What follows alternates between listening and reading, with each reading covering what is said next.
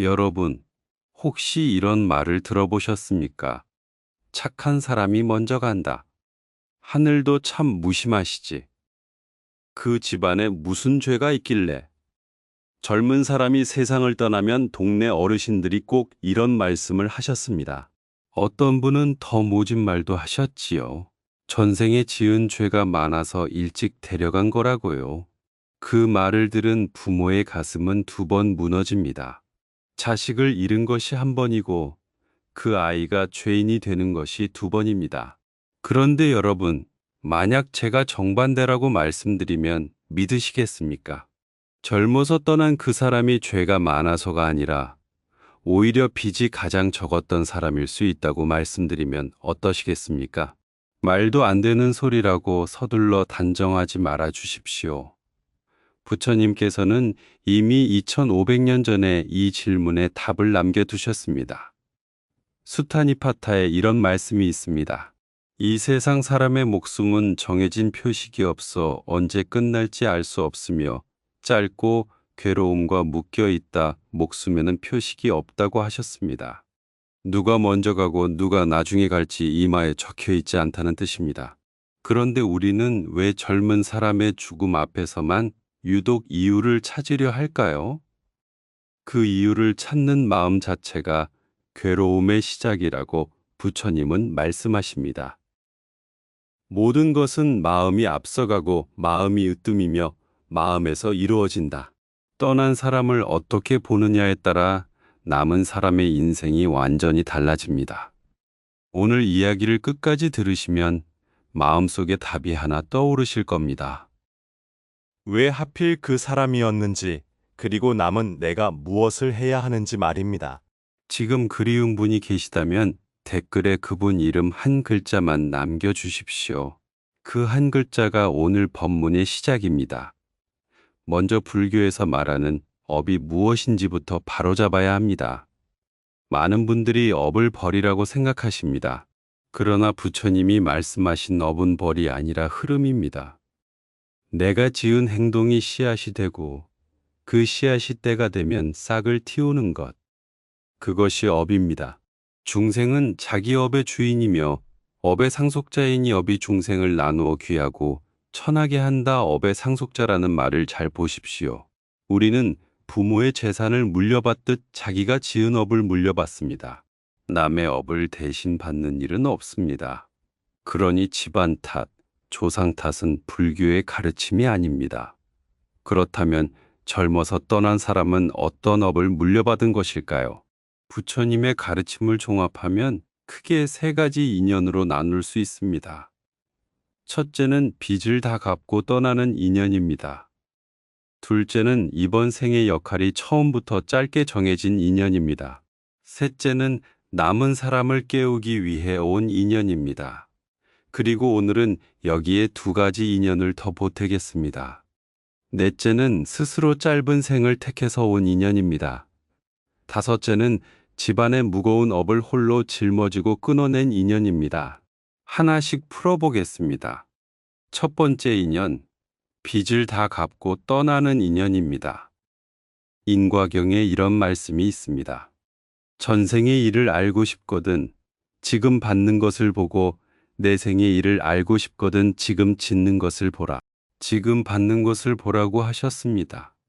그런데 여러분, 여기서 사람들이 크게 오해합니다. 일찍 죽는 것이 곧 나쁜 과보라고 단정해 버리는 것입니다. 부처님은 그렇게 말씀하신 적이 없습니다. 받는다는 것은 빚을 갚는다는 뜻입니다. 빚을 갚는 사람은 갚을 만큼 갚으면 떠납니다. 빚이 많은 사람은 오래 남아서 갚아야 하고 빚이 적은 사람은 빨리 끝납니다. 생각해 보십시오. 어느 쪽이 더 가벼운 사람입니까? 중화함경에 소금 비유가 있습니다. 소금 한 줌을 작은 잔에 넣으면 짜서 마실 수 없지만 큰 강물에 넣으면 물맛이 변하지 않는다. 부처님은 이것이 업이 받아지는 방식이라고 하셨습니다. 똑같은 업이라도 그 사람의 그릇이 크면 가볍게 지나가고 그릇이 작으면 무겁게 받습니다. 많은 분이 그 사람을 작은 잔이라고 생각합니다. 그래서 못 견디고 떠났다고요. 그러나 거꾸로 보십시오. 강물처럼 큰 그릇이라서 남은 소금 한 줌을 단번에 녹이고 떠난 것일 수도 있습니다. 등골이 서늘해지는 이야기 아닙니까? 우리가 불쌍하다고 여긴 그 사람이 사실은 우리보다 훨씬 큰 그릇이었을지 모릅니다. 여기서 어느 노보살님 이야기를 하나 하겠습니다. 이분은 아들을 29에 잃으셨습니다. 교통사고였습니다. 3년을 절에 나오지 않으시다가 4년째에 다시 오셔서 큰 스님께 딱 하나만 물으셨습니다. 스님, 내 아들이 전생에 무슨 죄를 지었길래 그렇게 갔습니까? 큰 스님이 되물으셨습니다. 보살님, 그 아들이 보살님께 빚을 갚으러 온 겁니까? 보살님이 그 아들한테 빚을 갚은 겁니까? 노보살님이 대답을 못 하시자 큰 스님이 말씀하셨습니다. 그 아이는 29해 동안 받을 것을 다 받고 보살님은 줄 것을 다 주셨습니다. 서로 빚이 없어졌으니 떠난 겁니다. 빚이 남았으면 못 떠납니다. 노보살님은 그 자리에서 한참을 우셨습니다. 그런데 그 눈물은 3년 동안 흘린 눈물과 달랐다고 하셨습니다. 법구경에 이런 말씀이 있습니다. 허공으로 올라가도 바다 한가운데 들어가도 산속 동굴에 숨어도 지은 업의 결과를 피할 곳은 없다. 이 구절은 보통 무섭게 읽힙니다. 그러나 반대로 읽어보십시오. 지은 업은 반드시 받아진다는 말은 받을 것을 다 받으면 더 이상 남지 않는다는 말이기도 합니다. 빚은 갚으면 끝납니다. 끝난 것을 자꾸 붙잡고 있는 것은 떠난 사람이 아니라 남은 사람입니다. 여기서 어느 보살님 이야기를 하나 더 하겠습니다. 이분은 남편을 35에 잃으셨습니다. 어린 아이가 둘 있었습니다. 남편은 술도 안 하고 남한테 싫은 소리 한 번 한 적이 없는 사람이었습니다. 그런데 어느 날 일터에서 쓰러졌습니다. 보살님은 딱 한 가지 생각에 갇히셨습니다. 그렇게 착한 사람을 왜 데려가느냐? 이 생각이 몇 해를 갔습니다. 그러다 어느 날 절에 와서 큰 스님께 여쭈셨습니다. 스님, 착한 사람이 먼저 가는 게 정말 하늘 뜻입니까? 큰 스님이 이렇게 말씀하셨습니다. 보살님, 빚 다 갚은 사람이 먼저 가게를 나갑니까? 빚 남은 사람이 먼저 나갑니까? 보살님이 대답하셨습니다. 다 갚은 사람이지요. 큰 스님이 말씀하셨습니다. 그 사람은 35해 동안 남한테 빚을 안 졌습니다. 그러니 먼저 나간 겁니다. 보살님은 그날 처음으로 남편이 불쌍하지 않았다고 하셨습니다. 남편이 자랑스러웠다고 하셨습니다. 법구경 자기 품에 이런 말씀이 있습니다. 깨끗함과 더러움은 자기에게 달린 것이니 누구도 남을 대신 깨끗하게 할 수 없다. 남을 대신 깨끗하게 할 수 없다고 하셨습니다. 거꾸로 말하면 남이 나를 대신 더럽힐 수도 없습니다. 그 사람의 삶은 그 사람의 것입니다. 집안이 그 사람을 데려간 것도 아니고 조상이 그 사람을 데려간 것도 아닙니다. 그 사람은 자기 몫을 자기가 끝낸 것입니다. 법화경에 비 이야기가 있습니다. 한 구름에서 내리는 비는 같으나 풀과 나무는 저마다 크기에 따라 다르게 자란다. 같은 비를 맞아도 풀은 풀만큼, 나무는 나무만큼 받습니다. 업도 마찬가지입니다. 그 사람은 작은 풀이 아니었습니다. 짧은 세월에 큰 비를 다 받아낸 나무였습니다. 본생담에 아주 오래된 이야기가 하나 있습니다. 어느 농부의 아들이 밭에서 뱀에 물려 죽었습니다. 그런데 그 아버지도 어머니도 누이도 울지 않았습니다.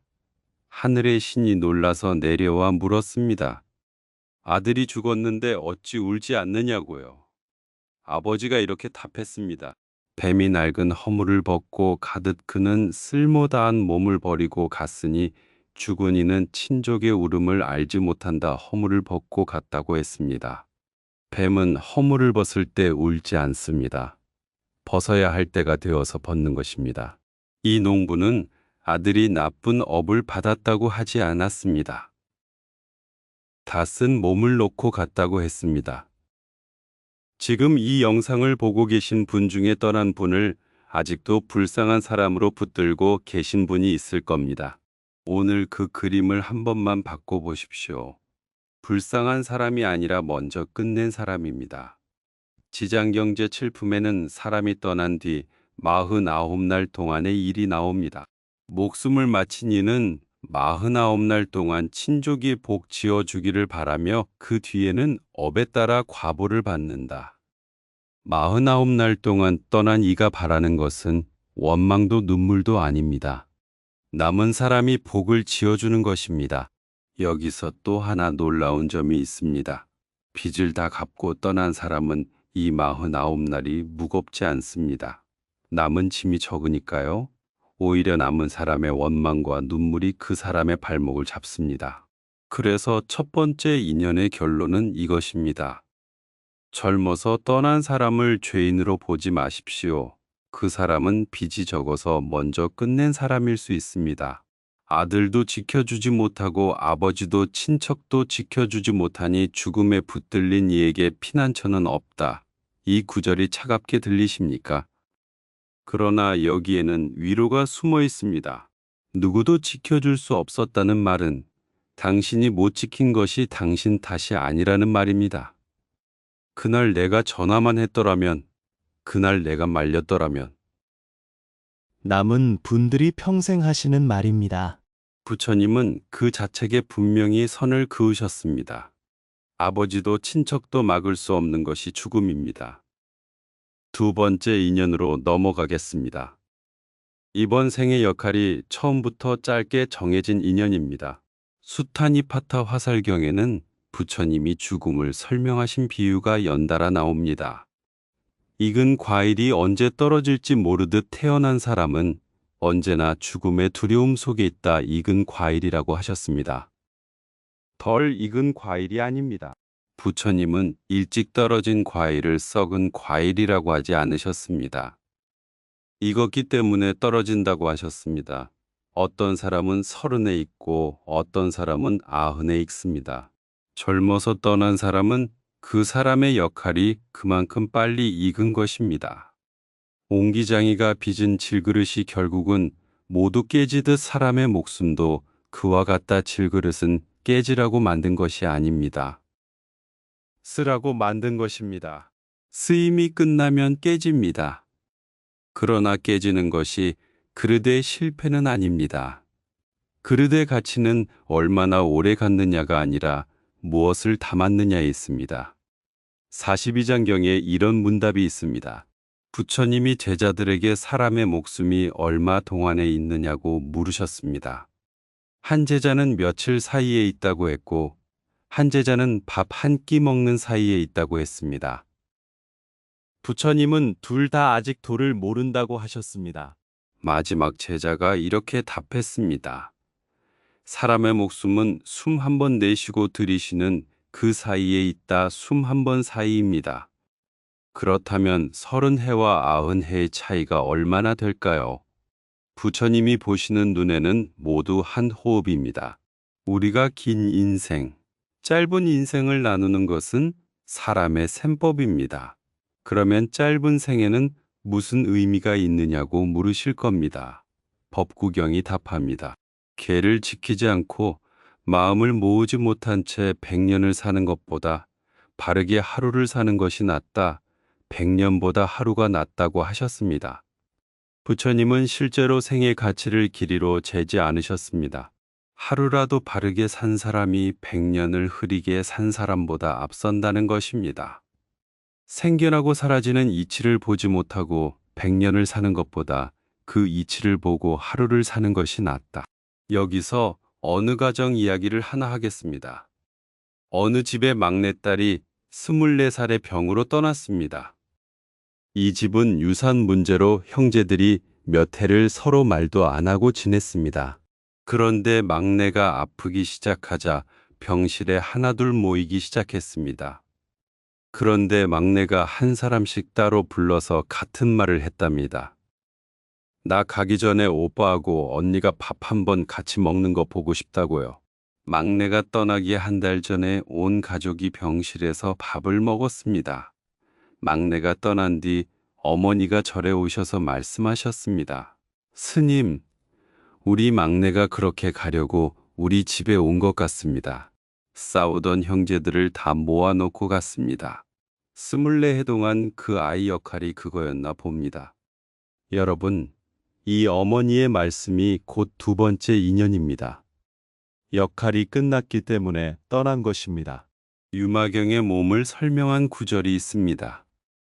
이 몸은 물거품 같아 오래 머물지 못하고 번개 같아 한순간도 머물지 않는다. 몸은 원래 오래 머물지 못하는 것이라고 하셨습니다. 그러니 짧게 머문 것이 이상한 일이 아니라 오래 머무는 것이 오히려 드문 일입니다. 우리가 90까지 사는 것을 기본으로 정해놓고 거기서 빠진 세월을 손해라고 계산하는 것뿐입니다. 함이 있는 모든 것은 꿈 같고 환상 같고 물거품 같고 그림자 같으며 이슬 같고 번개 같다. 6가지 비유가 모두 짧은 것들입니다. 꿈, 환상, 물거품, 그림자, 이슬, 번개. 부처님은 긴 것으로 인생을 비유하신 적이 없습니다. 그러니 짧게 떠난 사람은 이 가르침에서 벗어난 사람이 아니라 이 가르침을 몸으로 보여준 사람입니다. 어느 보살님 이야기를 하나 더 하겠습니다. 이분은 아들을 30에 잃으셨습니다. 이 아들은 형편 어려운 집 아이들을 저녁마다 모아놓고 공부를 봐줬습니다. 돈은 거의 받지 않았습니다. 어머니는 늘 말씀하셨답니다. 너도 좀 챙기고 살아라. 그런데 아들이 병으로 쓰러져 몇 달 만에 떠났습니다. 어머니는 남 좋은 일만 하다가 갔다고 견딜 수가 없었습니다. 그런데 장례를 치르고 몇 해가 지났을 때입니다. 다 자란 청년들이 하나둘 집으로 찾아오기 시작했습니다. 아들이 가르쳤던 아이들이었습니다. 어떤 아이는 선생님이 되어 있었습니다. 어떤 아이는 자기도 동네 아이들을 가르친다고 했습니다. 어머니가 절에 오셔서 말씀하셨습니다. 스님, 우리 아들은 30해가 다였나 봅니다. 그런데 그 30해가 지금도 자라고 있습니다. 여러분, 질그릇은 깨졌습니다. 그러나 그 그릇에 담겼던 것은 쏟아지지 않았습니다. 그것이 두 번째 인연입니다. 수타니파타 늙음의 경에 이런 말씀이 있습니다. 이 목숨은 짧구나 100년도 못 되어 죽나니 설령 그보다 더 산다 해도 결국 늙어서 죽는다 100년도 못 되어 죽는다고 하셨습니다. 부처님 눈에는 90해도 짧은 목숨입니다. 그러니 30해가 유독 짧은 것이 아닙니다. 모든 목숨이 다 짧은 것입니다. 짧은 것끼리 길고 짧음을 따지는 것이 사람의 일입니다. 법구경 세속품에 이런 말씀이 있습니다. 세상을 물거품처럼 보고 아지랑이처럼 보는 이를 죽음의 왕은 찾아내지 못한다. 죽음의 왕이 찾아내지 못한다고 하셨습니다. 세상을 물거품으로 본 사람에게는 죽음이 빼앗아 갈 것이 없기 때문입니다. 짧게 살다 간 사람 중에는 이런 눈을 가진 분이 있습니다. 그런 사람은 죽음에게 진 것이 아닙니다. 상유따니까에는 코살라 왕이 할머니를 잃고 부처님을 찾아온 이야기가 있습니다. 왕은 할머니를 살릴 수만 있다면 나라라도 내놓겠다고 했습니다. 부처님이 말씀하셨습니다. 태어난 모든 중생은 죽기 마련이요 죽음으로 끝나며 죽음을 넘어서지 못한다. 왕의 할머니는 120살에 떠났다고 전해집니다. 그런데도 왕은 울었습니다. 여러분, 120해를 살아도 남은 사람은 웁니다. 그러니 우는 이유는 세월의 길이가 아닙니다. 사랑의 깊이입니다. 지금 이 영상을 보고 계신 분 중에 그 사람이 조금만 더 살았더라면 하고 날마다 되뇌는 분이 계실 겁니다. 조금 더 살았어도 이별은 왔습니다. 그 이별의 무게는 똑같았을 겁니다. 장론이계에는 우삘이라는 여인의 이야기가 있습니다. 이 여인은 지바라는 딸을 잃고 날마다 무덤가에서 울었습니다. 부처님이 찾아가 물으셨습니다. 이 숲에서 지바라는 이름의 딸 8만 4천 명이 불태워졌으니 그대는 그중 누구를 슬퍼하는가 8만 4천 명의 지바라고 하셨습니다. 헤아릴 수 없는 생동한 이 여인은 수없이 딸을 잃었다는 뜻입니다. 그런데 그 딸들은 다 어디로 갔습니까? 다음 생으로 갔습니다. 그리고 이번 생에 또 다른 인연으로 만났을지 모릅니다. 떠났다는 것은 끝이 아니라 자리를 옮긴 것입니다. 우삘이는 이 말씀을 듣고 슬픔의 화살이 뽑혔다고 고백했습니다. 사랑하는 것에서 슬픔이 생기고 사랑하는 것에서 두려움이 생긴다. 이 말씀은 사랑하지 말라는 뜻이 아닙니다. 슬픔의 뿌리가 어디인지 똑바로 보라는 뜻입니다. 슬픔은 떠난 사람이 준 것이 아닙니다. 내 사랑이 준 것입니다.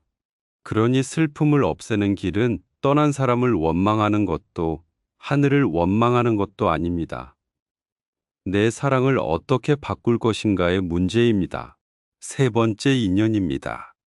남은 사람을 깨우기 위해 온 인연입니다.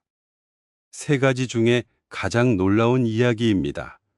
상유따니까야의 부처님이 윤회의 길이를 설명하신 구절이 있습니다. 헤아릴 수 없는 세월을 윤회하는 동안 한 번도 그대의 어머니가 아니었던 중생은 찾기 어렵다. 한 번도 내 어머니가 아니었던 존재는 찾기 어렵다고 하셨습니다. 내가 잃은 자식이 어느 생에는 나의 어머니였을 수 있습니다. 내가 잃은 동생이 어느 생에는 나의 스승이었을 수 있습니다. 상상보다 놀라운 이야기입니다. 그렇다면 그 사람이 이번 생에 짧게 왔다 간 이유가 무엇일까요? 부처님의 가르침을 따라가 보면 한 가지 답이 나옵니다. 나를 깨우려고 왔다는 것입니다. 그대들이 오랜 세월 윤회하며 사랑하는 이와 헤어져 흘린 눈물은 내 바다의 물보다 많다. 내 바다보다 많은 눈물입니다. 그런데 우리는 왜 아직 윤회 속에 있을까요? 울기만 했기 때문입니다. 눈물이 깨달음이 되지 못했기 때문입니다. 부처님은 바로 여기를 짚으십니다.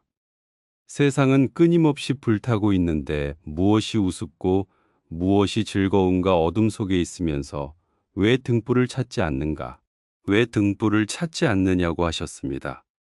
사람은 편안할 때는 등불을 찾지 않습니다. 불이 났을 때 찾습니다. 젊은 가족의 죽음은 남은 사람에게 가장 큰 불입니다. 그 불이 나고 나서야 사람은 처음으로 묻습니다. 사는 게 뭔가? 죽으면 어디로 가나? 나는 무엇을 위해 살았나? 그 질문이 등불의 시작입니다. 떠난 사람이 그 질문을 남기고 간 것입니다. 법구경 주석에 전해지는 키사고타미 이야기를 아실 겁니다. 어린 아들을 잃은 젊은 어머니가 죽은 아이를 안고 부처님께 살려달라고 왔습니다.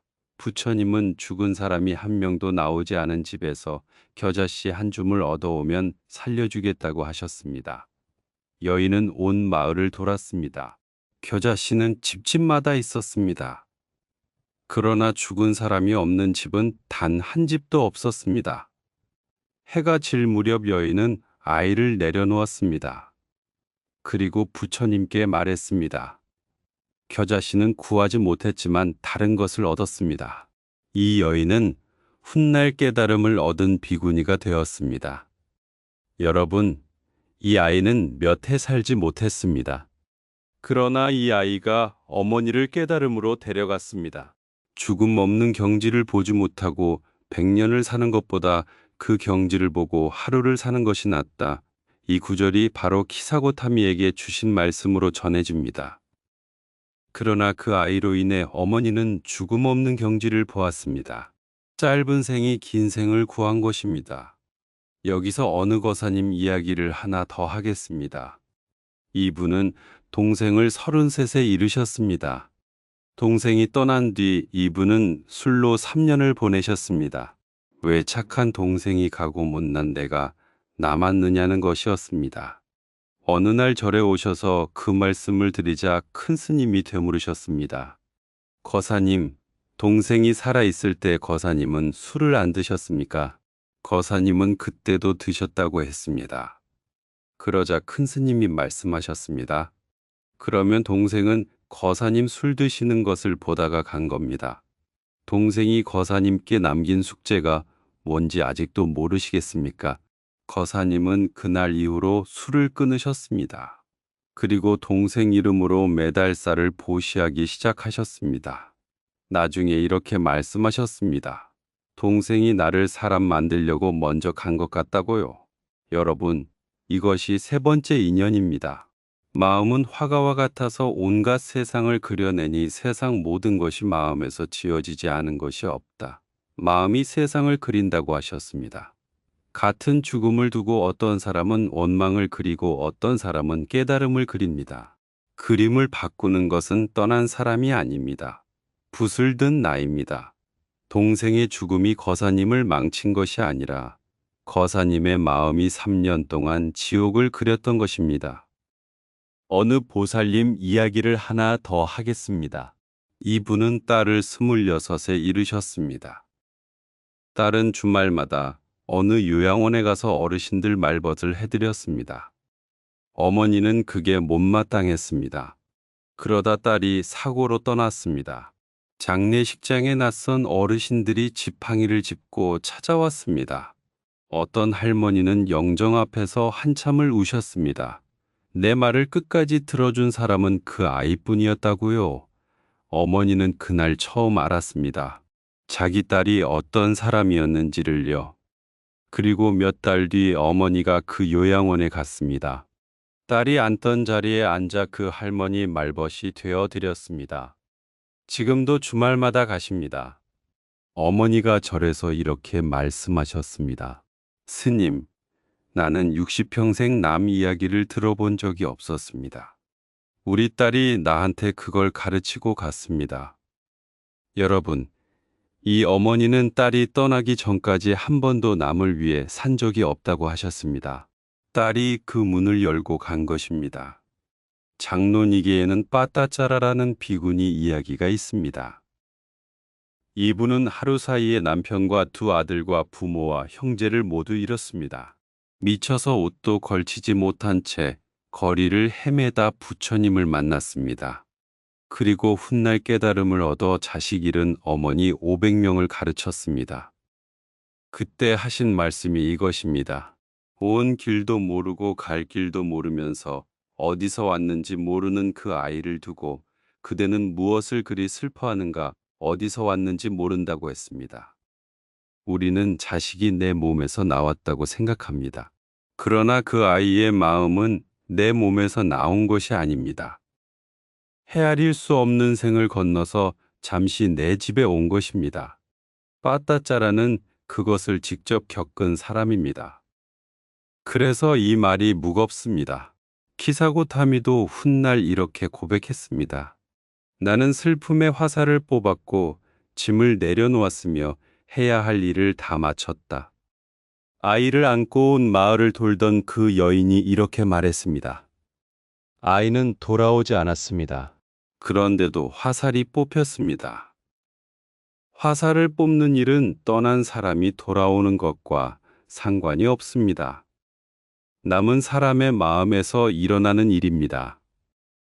수타니파타에는 다니아라는 목동과 부처님의 문답이 있습니다. 목동은 자식이 있고 소가 있어 기쁘다고 했습니다. 부처님은 이렇게 답하셨습니다. 자식 있는 이는 자식으로 슬퍼하고 소 있는 이는 소로 슬퍼하니 집착 없는 이는 슬퍼하지 않는다. 자식이 있어 기쁘다는 말에 자식으로 슬퍼한다고 답하셨습니다. 냉정하게 들리십니까? 기쁨과 슬픔이 같은 뿌리에서 나온다는 것을 보라는 말씀입니다.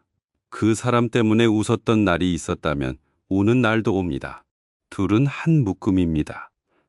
그것을 알고 나면 슬픔이 억울하지 않습니다. 능엄경에 아주 짧고 강한 말씀이 있습니다. 미친 마음이 쉬기만 하면 쉬는 바로 그 자리가 깨달음이다. 왜 하필 그 사람이냐고 묻고 또 묻는 마음. 그것이 미친 마음입니다. 부처님은 그 마음을 쉬라고 하십니다. 쉬는 자리가 곧 깨달음이라고요. 떠난 사람은 여러분이 그 마음을 쉬기를 기다리고 있습니다. 내 자식 내 재산하며 어리석은 이는 괴로워하나 자기조차 제 것이 아닌데 어찌 자식과 재산이 제 것이랴. 이 구절이 가장 아프게 들리실 겁니다. 내 자식이 내 것이 아니라니요? 그러나 부처님은 자식을 사랑하지 말라고 하신 것이 아닙니다. 소유하지 말라고 하신 것입니다. 자식은 잠시 나에게 맡겨진 인연입니다. 맡겨진 것은 돌려주는 날이 옵니다. 일찍 돌려주었다고 해서 빼앗긴 것이 아닙니다. 처음부터 내 것이 아니었습니다. 모든 것은 무상하니 생겨나고 사라지는 법이라 생겨남과 사라짐이 모두 쉬면 그 고유함이 곧 즐거움이다. 생멸이 쉬면 고유함이 즐거움이라고 하셨습니다. 떠난 사람은 이미 이번 생의 생멸을 마쳤습니다. 그 사람은 고요합니다. 고요하지 못한 것은 남은 사람입니다. 떠난 사람은 이미 자기 길을 갔습니다. 남은 것은 남은 사람의 길입니다. 네 번째 인연입니다. 스스로 짧은 생을 택해서 온 인연입니다. 이 이야기는 조심해서 들으셔야 합니다. 스스로 목숨을 버린다는 뜻이 아닙니다. 태어나기 전에 이미 짧은 생을 서원하고 왔다는 뜻입니다. 세상 사람들은 오래 사는 것이 복이고 짧게 사는 것은 박복이라고 합니다. 그런데 부처님 가르침에는 다른 길이 하나 있습니다. 수행과 서원으로 다음 생을 당겨받는 길입니다. 수타니파타 보배경에 이런 말씀이 있습니다. 묵은 업은 다하고 새 업은 생기지 않으며 다음 생에 마음이 매이지 않은 이는 씨앗이 다해 등불처럼 꺼진다. 씨앗이 다해 등불처럼 꺼진다고 하셨습니다. 기름이 많이 남은 등불은 오래 탑니다. 묵은 업이 다 탄 사람은 먼저 꺼집니다. 이것을 부처님은 슬픈 일이라 하지 않으셨습니다. 오히려 가장 높은 경지로 말씀하셨습니다. 물론 젊어서 떠난 모든 분이 이 경지에 이른 것은 아닙니다. 그러나 이 길이 있다는 것만은 분명합니다. 윌린다왕 문경에 왕이 나가세나 스님께 윤회를 물은 장면이 있습니다. 이 몸이 죽으면 무엇이 다음 생으로 가느냐는 것이었습니다. 스님이 이렇게 답했습니다. 한 등불에서 다른 등불로 불을 붙여도 불이 옮겨간 것이 아니듯 이 생과 다음 생도 그와 같이 이어진다. 앞에 등불이 꺼졌다고 해서 불이 사라진 것이 아닙니다. 다음 등불에 이미 붙어 있습니다. 젊어서 떠난 사람이 등불을 빨리 껐다면 다음 등불도 그만큼 빨리 켜진 것입니다. 우리는 꺼진 등불만 보고 옵니다. 무량수경에는 아미타불이 보살이었을 때 세운 서원이 나옵니다. 지극한 마음으로 내 나라에 태어나기를 바라. 10번만 생각해도 태어나지 못한다면 나는 깨달음을 이루지 않겠다. 10번만 생각해도 된다고 하셨습니다. 오래 산 사람만 가는 것이 아닙니다. 마지막 순간에 지극한 마음 10번이면 된다고 하셨습니다. 그러니 30해를 살았든 90해를 살았든 그 문은 똑같이 열려 있습니다. 열반경에는 부처님이 마지막으로 밝히신 말씀이 있습니다. 일체 중생은 모두 부처의 성품을 지니고 있으니 그 성품은 끊어지지 않는다. 모든 중생이라고 하셨습니다. 오래 산 중생만이 아닙니다. 20에 간 사람도 부처의 성품을 지니고 있습니다. 그 성품은 세월에 비례해서 자라는 것이 아닙니다. 처음부터 온전히 갖추어져 있습니다. 그러니 짧게 살았다고 해서 덜 갖춘 것이 아닙니다. 여기서 어느 보살님 이야기를 하겠습니다.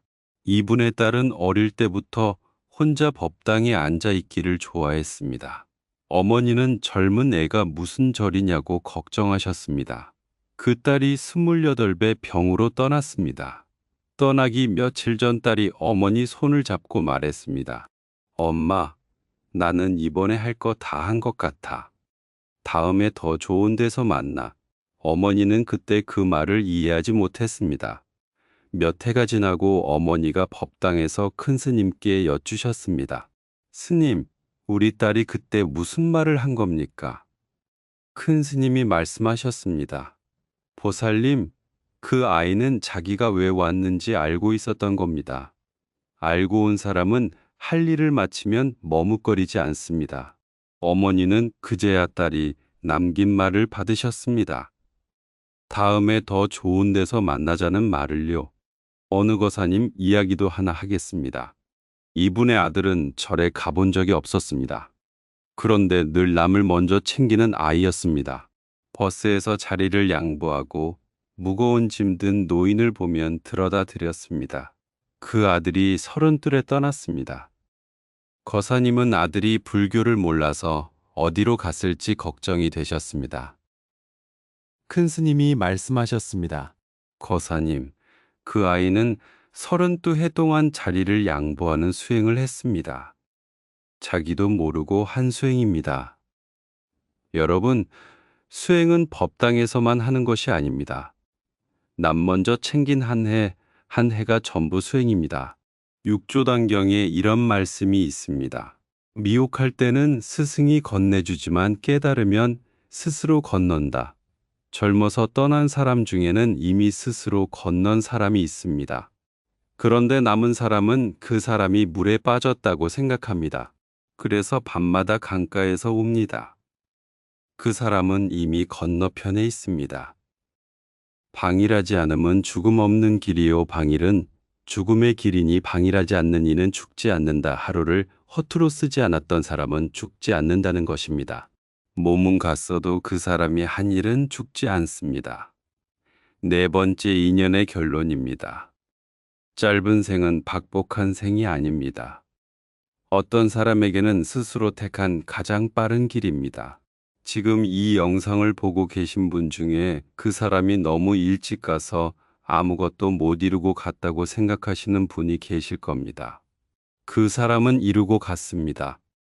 우리가 세는 방식으로 세지 않았을 뿐입니다. 5번째 인연입니다. 집안의 무거운 업을 홀로 짊어지고 끊어낸 인연입니다. 동네 어르신들이 하시는 말씀 중에 가장 무서운 말이 이것입니다. 그 집안은 대대로 그렇다. 그 집 남자들은 다 일찍 간다. 그 집은 조상이 지은 죄가 있다. 젊은 사람이 떠나면 이 말이 따라붙습니다. 그런데 앞에서 말씀드렸습니다. 조상의 죄를 손자가 대신 받는 법은 불교에 없습니다. 그러면 집안의 업이라는 것은 아예 없을까요? 집안에는 흐름이 있습니다. 아버지가 술을 마시면 아들이 술을 배웁니다. 원한이 원한을 낳고 습관이 습관을 낳습니다. 이것이 집안의 업입니다. 벌이 아니라 흐름입니다. 그리고 어떤 집에는 그 흐름을 끊으려고 온 사람이 있습니다. 법구경 분노품에 이런 말씀이 있습니다. 분노는 분노 없음으로 이기고 악은 선으로 이기며 인색은 베풀므로 이기고 거짓은 진실로 이긴다. 분노는 분노 없음으로 이긴다고 하셨습니다. 집안에 3대째 내려오던 분노를 끊는 방법은 더 큰 분노가 아닙니다. 누군가 한 사람이 분노하지 않는 것입니다. 온 집안이 화내는데 혼자 화내지 않는 것입니다. 그 사람은 집안에서 이상한 사람 취급을 받습니다. 그런데 그 사람이 흐름을 끊습니다. 여기서 어느 거사님 이야기를 하겠습니다. 이 집은 할아버지도 아버지도 술로 가족을 괴롭혔습니다. 그런데 손자는 달랐습니다. 20살부터 술을 입에 대지 않았습니다. 아버지가 술에 취해 소리를 질러도 대꾸하지 않았습니다. 대신 다음 날 아침에 해장국을 끓여놓고 나갔습니다. 그 아들이 31살에 떠났습니다. 아버지가 처음으로 술을 끄는 것이 그 장례식 다음 날이었습니다. 아버지가 절에 오셔서 이렇게 말씀하셨습니다. 스님, 우리 집안은 내가 끊어야 했는데 아들이 끊고 갔습니다. 내가 못한 걸 그 아이가 대신 한 겁니다. 여러분, 이 집안의 흐름은 그 아들에게서 멈췄습니다. 아들이 그 흐름을 자기 몸으로 막고 간 것입니다. 수타니파타 무소의 뿔의 경에 이런 말씀이 있습니다. 가까움에서 애정이 생기고 애정을 따라 괴로움이 생기니 애정에서 오는 위험을 보고 무소의 불처럼 혼자서 가라. 집안의 흐름을 끊는 사람은 혼자 가는 사람입니다. 온 집안이 한쪽으로 갈 때 혼자 반대로 가는 사람입니다. 그 길은 외롭습니다. 그런데 그 한 사람 덕분에 그 뒤로 태어나는 아이들은 고함 소리 없는 집에서 태어납니다. 법구경 상품에 이런 말씀이 있습니다. 코끼리가 전쟁터에서 쏟아지는 화살을 견디듯 나는 비난을 참으리니 세상에는 개를 어기는 이가 많다. 화살을 견디는 코끼리라고 하셨습니다. 집안의 흐름을 끊는 사람은 화살을 많이 맞습니다. 너는 왜 유별나냐? 내가 뭐가 잘났냐? 그 말을 평생 듣습니다. 그 화살을 다 맞고도 쓰러지지 않은 사람, 젊어서 떠난 그 사람이 그런 사람이었을 수 있습니다. 어느 보살님 이야기를 하나 더 하겠습니다. 이 집은 형제간의 원한이 깊었습니다. 보살님의 남편과 시동생이 20년 넘게 서로 얼굴을 안 봤습니다. 딱 문제였습니다. 그런데 시동생의 딸이 어릴 때부터 아버지 몰래 큰 집에 놀러 왔습니다. 명절이면 양쪽 집을 오가며 음식을 날랐습니다. 그 조카가 29에 떠났습니다. 장례식장에서 형제가 20년 만에 마주 앉았습니다. 둘 다 말이 없었습니다. 그런데 발인 날 아침에 시동생이 형 앞에 무릎을 꿇었습니다. 형님, 우리 딸이 평생 이거 하나 바랐습니다. 보살님이 절에 오셔서 말씀하셨습니다. 스님, 그 아이가 20년 원한을 끊으려고 왔다 간 것 같습니다. 여러분, 이 집안의 원한은 그 조카가 떠난 날 끝났습니다. 원각경에 이런 말씀이 있습니다. 허공꽃은 허공에서 생겨나니 꽃이 사라져도 허공의 성품은 무너지지 않는다. 허공꽃은 눈병 난 사람에게 보이는 헛꽃입니다. 집안의 원한이 바로 이 허공꽃입니다. 마음이 만든 것입니다. 원한이 사라져도 집안은 무너지지 않습니다. 오히려 그때 처음으로 집안이 온전해집니다. 보왕산매론에 이런 말씀이 있습니다. 세상살이에 곤란 없기를 바라지 마라. 곤란이 없으면 업신여기는 마음과 사치한 마음이 생긴다. 곤란 없기를 바라지 말라고 했습니다. 집안의 무거운 흐름 속에 태어난 것은 곤란입니다. 그런데 그 곤란이 그 사람을 만들었습니다. 편안한 집에서 태어났으면 그 사람은 그렇게 단단해지지 않았을 겁니다. 곤란이 그 사람의 수행이었습니다. 무량수경에 이런 말씀이 있습니다. 사람은 세상에서 홀로 태어나 홀로 죽고 홀로 가고 홀로 오며 괴로움과 즐거움을 스스로 받아 대신할 이가 없다. 집안의 업을 끊고 간 사람도 결국 홀로 갔습니다. 그러나 홀로 간 그 사람이 남은 식구 모두를 바꿨습니다. 5번째 인연의 결론입니다. 젊어서 떠난 사람은 집안 저주의 희생자가 아닙니다. 어떤 집에서는 그 사람이 저주를 끝낸 사람입니다. 지금 이 영상을 보고 계신 분 중에 우리 집안은 원래 그렇다는 말을 평생 들어오신 분이 계실 겁니다. 그 말은 오늘로 내려놓으십시오. 집안은 원래 그런 것이 없습니다. 누군가 끊으면 끝납니다. 그 사람이 이미 끊었을지 모릅니다. 그러면 이제 남은 사람이 지금 당장 할 수 있는 것을 말씀드리겠습니다. 어렵지 않습니다. 첫째는 49날입니다. 떠난 이는 49날 동안 남은 사람이 복지어 주기를 바란다고 했습니다. 이 기간에 제를 올리는 것이 49제입니다. 이미 49날이 지났다고 늦은 것이 아닙니다. 기일마다 아니면 아무 날이라도 떠난 이를 위해 마음을 모으면 됩니다. 형편이 안 되면 집에서 향 하나 피우고 앉아도 됩니다. 중요한 것은 형식이 아니라 마음입니다. 둘째는 독송입니다. 떠난 이를 생각하며 경을 읽는 것입니다. 긴 경이 아니어도 됩니다. 반야심경 1번, 아미타불 명호 10번이면 됩니다. 아미타경에 이런 말씀이 있습니다. 한 마음으로 흐트러지지 않고 그 이름을 지니면 목숨을 마칠 때 부처님이 그 앞에 나타나신다. 이것은 떠난 이를 위해 남은 이가 대신할 수 있습니다. 그 사람 이름을 부르고 부처님 이름을 부르는 것입니다. 하루에 10번이면 됩니다. 그렇게 부르는 동안 남은 사람의 마음도 고요해집니다. 셋째는 보시입니다. 떠난 이의 이름으로 베푸는 것입니다. 큰 돈이 아니어도 됩니다. 그 사람이 책을 좋아했으면 책을 기증하고 아이들을 좋아했으면 아이들에게 쓰는 것입니다.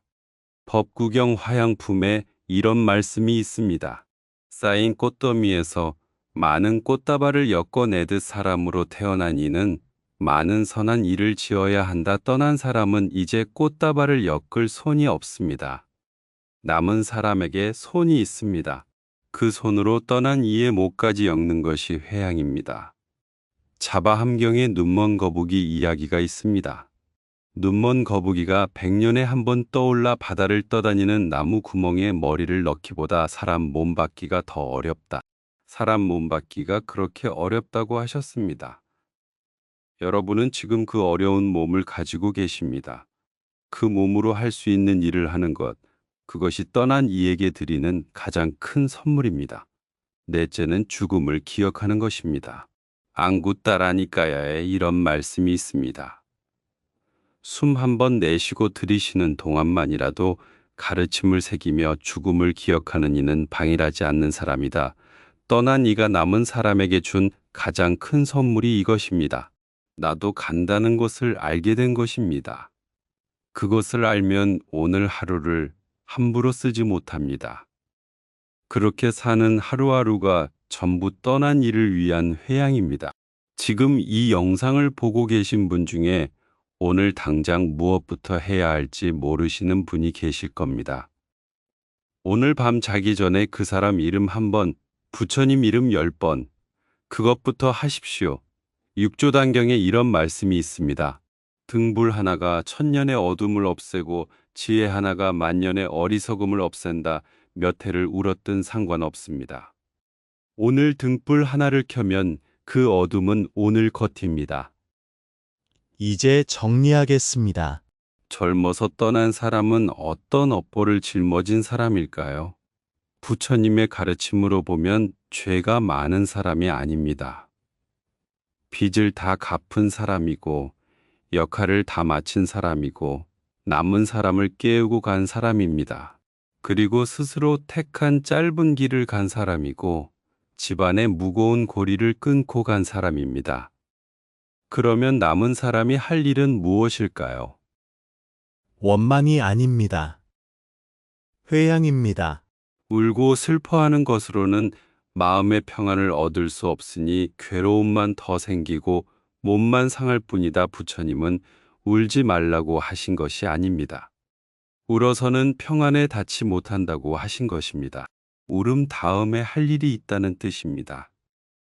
지장경은 그것을 아주 구체적으로 알려줍니다.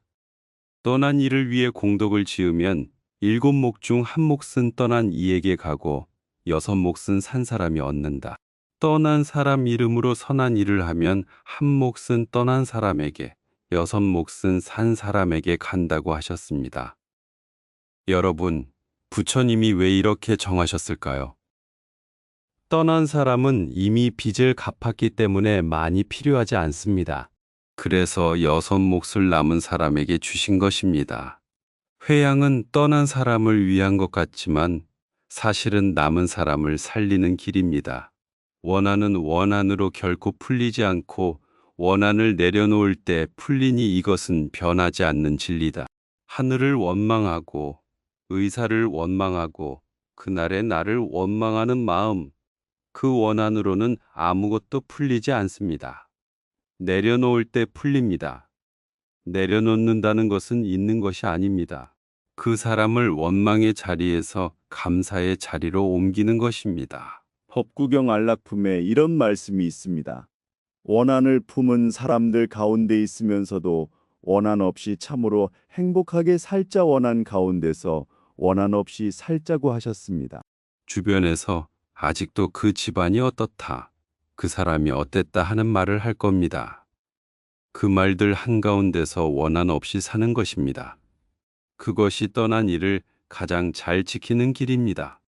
세상은 모두 무상하여 만나면 반드시 헤어짐이 있으니 근심하지 말고 부지런히 해탈을 구하라.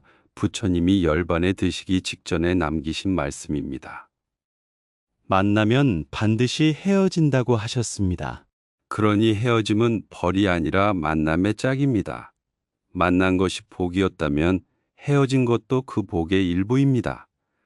부처님이 마지막 숨을 거두시기 직전에 남기신 말씀도 있습니다. 모든 형성된 것은 무너지기 마련이니 방일하지 말고 정진하라. 무너지기 마련이라고 하셨습니다. 부처님의 몸도 무너졌습니다. 그러니 그 사람의 몸이 무너진 것도 이치를 벗어난 일이 아닙니다. 부처님은 그 앞에 딱 한 가지를 당부하셨습니다. 방일하지 말라는 것입니다. 지금 이 영상을 끝까지 보고 계신 여러분은 이미 그 정진을 시작하신 겁니다. 자기 안에 박힌 슬픔과 갈망의 화살을 뽑아버리면 집착 없이 마음의 평안을 얻고 모든 슬픔을 넘어선다. 화살을 뽑으라고 하셨습니다. 화살은 떠난 사람이 쏜 것이 아닙니다. 왜 하필 그 사람이냐는 질문이 쏜 것입니다.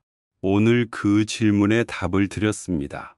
빚을 갚고 간 사람, 역할을 마치고 간 사람, 나를 깨우고 간 사람, 스스로 택해서 간 사람, 집안의 고리를 끊고 간 사람. 다섯 중 어느 쪽이든 그 사람은 죄인이 아닙니다. 그 사람은 먼저 끝낸 사람입니다. 모든 법은 공하여 생겨나지도 사라지지도 않으며 더럽지도 깨끗하지도 않고 늘지도 줄지도 않는다. 생겨나지도 사라지지도 않는다고 하셨습니다. 그 사람은 사라진 것이 아닙니다. 여러분 마음속에서 오늘도 이름이 불리고 있지 않습니까? 그러니 이제 원망 대신 그 이름으로 한 가지 선한 일을 시작하십시오. 그것이 회양이고 그것이 떠난 사람이 여러분께 남긴 마지막 부탁입니다. 지금 그리운 분의 이름 한 글자를 댓글에 남기셨다면 그 한 글자가 오늘부터 회양의 시작입니다. 이 법문이 마음에 닿으셨다면 구독 버튼을 눌러주시고 같은 아픔을 가진 분께 이 영상을 전해주십시오. 성불하십시오.